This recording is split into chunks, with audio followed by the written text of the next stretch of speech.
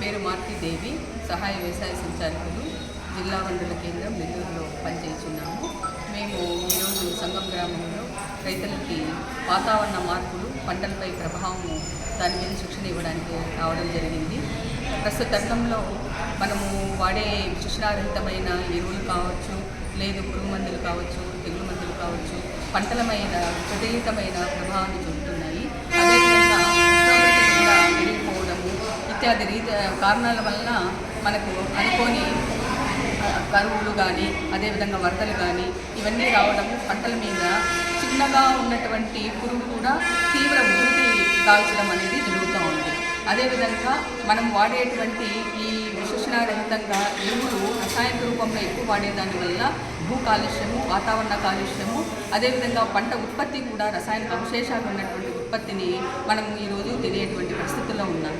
కాబట్టి రైతులకి అవగాహన కల్పించడం కోసము ఈ పంటల్లో రకాలు ఎంపిక చేసుకోవడం కానీ, దాంట్లో వాడేటువంటి సేంద్రియ ఎరువులు కానీ, దానికి అనుగుణంగానే రసాయనిక ఎరువులు తగిన మోతాదులు ఆ పంటకు నిర్ణయించిన ప్రమాణాల్లో మాత్రమే రసాయనికులు వాడి రైతులు ఈ పురుగులు, తెగుళ్ళ యొక్క దశలను కూడా గుర్తించాలి. అంటే ఆ సీజన్లో, ఆ పంట కాలంలో, ఆ రకంలో వచ్చేటువంటి ఏ పురుగులు అయితే ఉన్నాయో ఆ పురుగులకు సంబంధించిన దశలు ముఖ్యంగా తెలుసుకోవాలి. అది గుడ్డు దశ, లేకపోతే లార్వా దశ, లేకపోతే ఆ ప్యూపా దశ, లేకపోతే రెక్కల పురుగుల అని తెలుసుకొని దానికి అనుగుణంగా గుడ్డు దశలో అయితే వేప నూనె వాడకం కానీ, లేక విరమోన్ ఎరలు కానీ, లేకపోతే లైట్ ట్రాప్స్ పెట్టడం కానీ, అదేవిధంగా ఆ యొక్క గుడ్డు దశను నిర్వీర్యం చేసేటువంటి జీవ నియంత్రణ తయారు చేసేటువంటి గుడ్డు పరాన్నజీవులు కానీ వాడి తర్వాత ఆ యొక్క సంతతి మేరకు, మనకు హాని చేసే సంతతి మేరకు, సూచించిన మేరకు రసాయనిక ఎరువులను వాడాలి.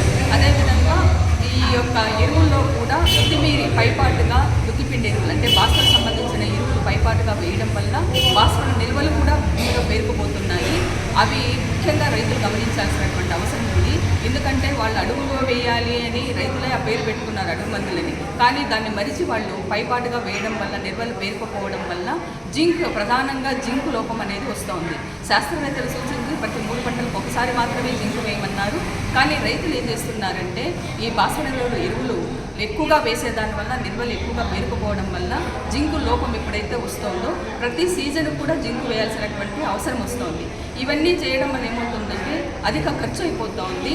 అదేవిధంగా పంట ఉత్పత్తులు కూడా నాణ్యత లేనిగా వస్తున్నాయి. కాబట్టి వీటన్నిటి మీద అవగాహన కల్పించి సకాలంలో ఉండాల్సినటువంటి మొక్కల సంఖ్యను నిర్ణయించుకొని దానికి అనుగుణంగానే భూమిలో తప్పనిసరిగా సేంద్రియ ఎరువుల రూపంలో డిపార్ట్మెంట్ వాళ్ళు కూడా ఈ మనకు పచ్చిరొట్ట ఎరువులు రైతులు ఇస్తున్నారు.